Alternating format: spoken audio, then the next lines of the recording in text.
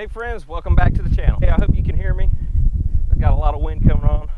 I was fortunate enough to get an invite this morning to go on a last minute fishing trip, and we had a little bit of luck. I'm going to go ahead and throw those clips in real quick, and I'm going to get set up, and we're going to do catch, clean, cook video here in a little bit. And it's going to be real brief because it was first time fishing with this person, so I didn't overwhelm them with my GoPro stuff, so it's just some shots with my phone. So enjoy, and we'll see you back in a minute.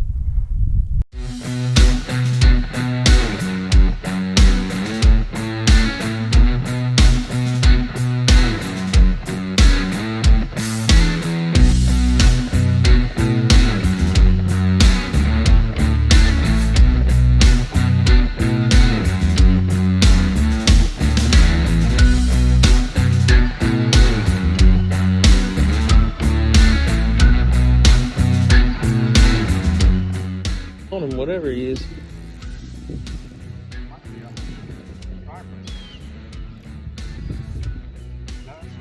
That's a nice one too. Need a net? Yeah.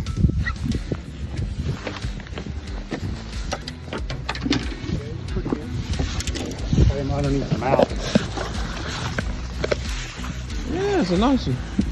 I'll take it.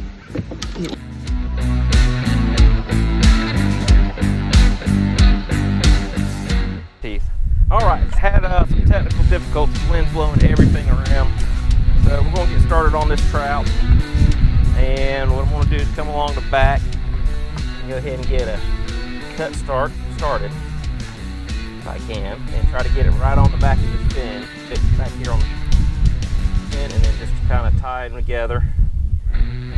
Now, what I want to do is come back and aim for the anus.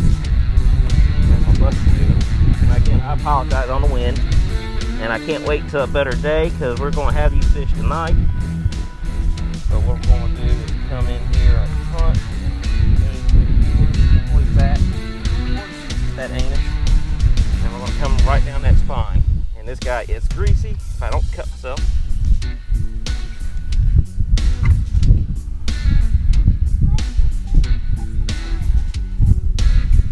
I'm just going to cut that belly off right there. Now that got a little bit of gills right, or a gill bone right there, or belly bone. Clean them up right there. Trash bucket. And I'm a little bit out of practice, so there's that one. We're also going to skin them. I'm going to just hold my knife at about a 30-degree angle, and I'm going to move the skin back and forth and just take the skin off the back of that fillet. And I did a better job at skinning because there's no meat left on that skin. A little piece of skin still on the back side, but not much. It's we can trim that up in the house. A little bit of bone still left right there. I'll clean that up. And there we got us a fillet.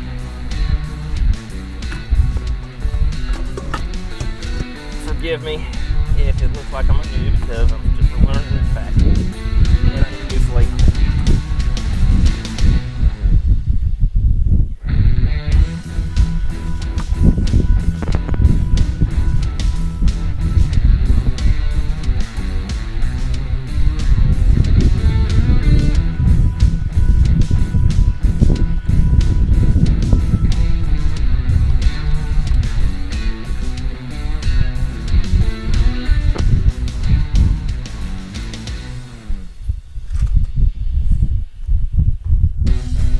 This guy, clean all this belly off.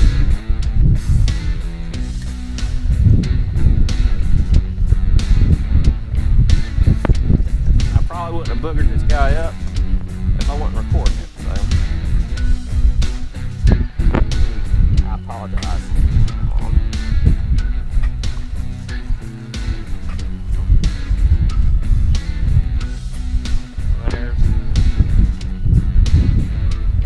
Fillet, pretty finger caught, a little piece of bone right there, and a little piece of fin. Now when you clean these, y'all can be as picky careful if you want to, because I got a couple more I need to clean.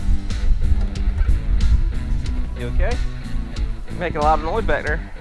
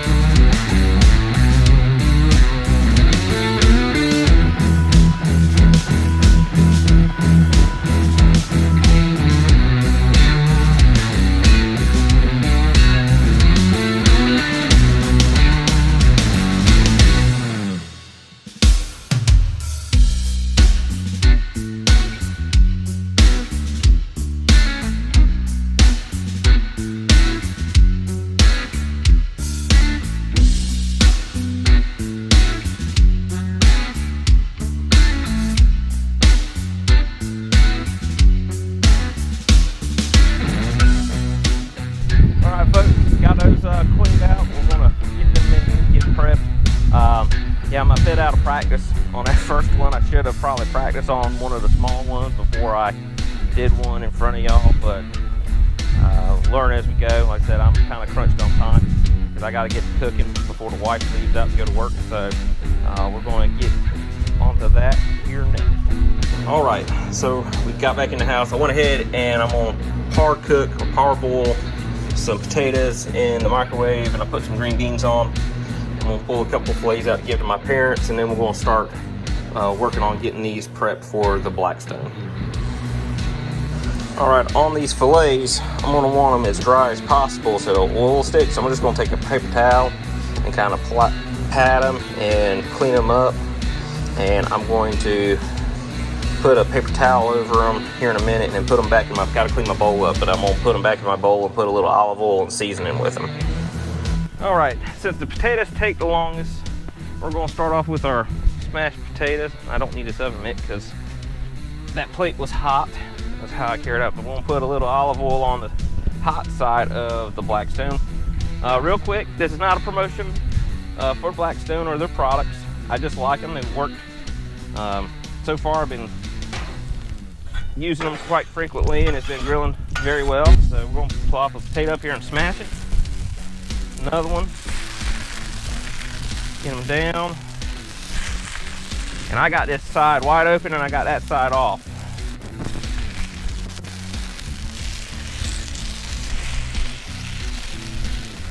Then we're gonna drizzle a little bit of olive oil on top.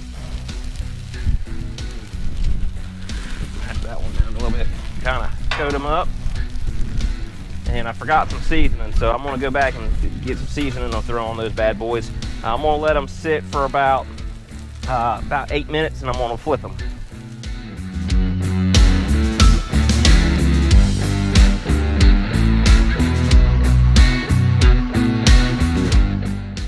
Got my seasoning, we'll put a little bit on top and we'll flip them here in a minute. And this is the Blackstone Steakhouse seasoning.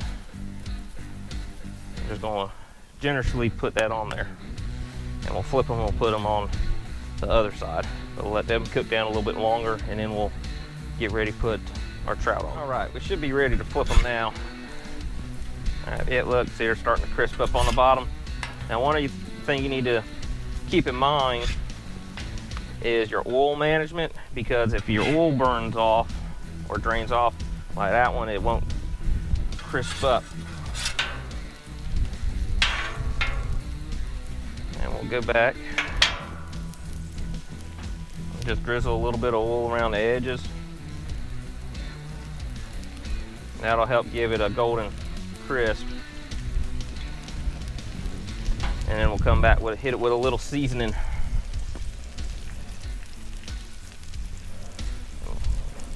Let that cook down a little bit.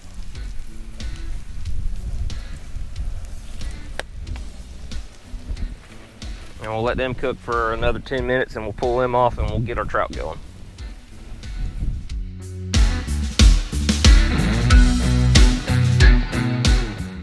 Alright, so we're going to go ahead and move these, and we're going to bring them over to our cool side. Now it's still warm over there because the cast iron has heat transference. Get those in right there. Let them cool down a little bit. Kind of move some of this seasoning around so we can have some for our fish. Now, the good thing about trout, it's a naturally, it's not oily like a bluefish, but it's real slimy, and I don't know if it's slimy, but it feels like it's got a lot of oil to cook with. Now I'm gonna put it season side down, which is meat side down first, and we're only going to cook these for about 2 or 3 minutes because the fish isn't real thin, and we're also going to hit this with a little bit of seasoning.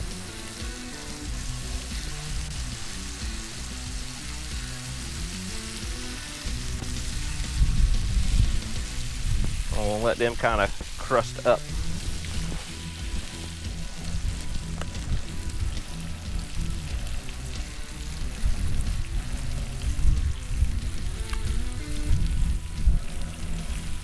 We're going to give them a generous coating because a lot of it will stick to the pan when we flip them here in a minute. All right, we're going to try to flip these. Look good. Yeah, look at that. Oop. Come on, I'm messing up the flip. Oh no. Might have saved that one. There we go.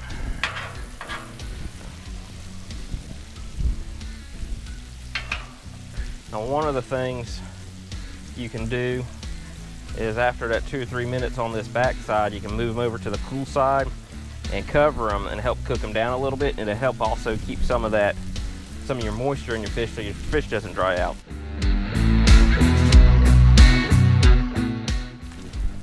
All right, these are not cooking quite as fast as I like them to. I'm wanting them to. I'm gonna try to tighten them up a little bit. I'm gonna put this tinfoil hat over it because I think what I'm losing a lot of heat from the wind right now. So I'll let them sit a little bit longer, and hopefully it'll finish cooking all the way through. But this will help keep some of that moisture on top so the fish don't dry out for us leaving them on the griddle top a little bit longer. Basically, what we've made out of this little hat, tinfoil hat, it's actually like a chicken roasting pan, but we've made kind of a superficial oven right here so to help heat up the meat. But as Luke said, we're trying to protect as much moisture loss out of the meat as we can. All right, we're gonna take our hat off. Actually, we're gonna get these potatoes off first. So we'll have someplace to put that hat.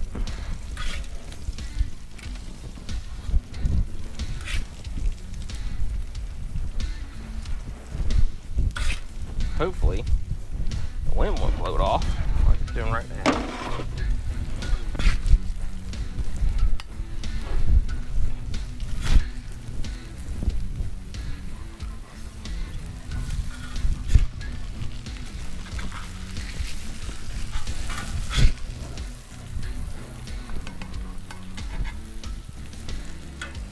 This one doesn't look like he's quite cooked down all the way. The rest of these are looking pretty good.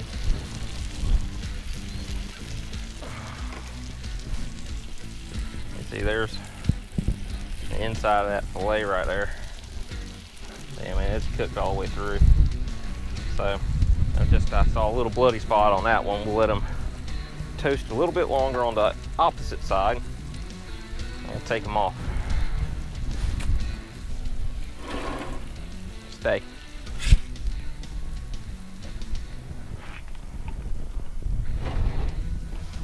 All right, that's it. We're gonna take everything inside.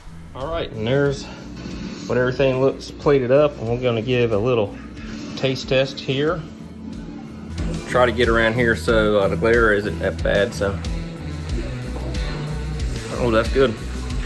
We're going to get everybody here to the table in a minute. I had to get a second sample, but I'll get everybody here to the table, try it out.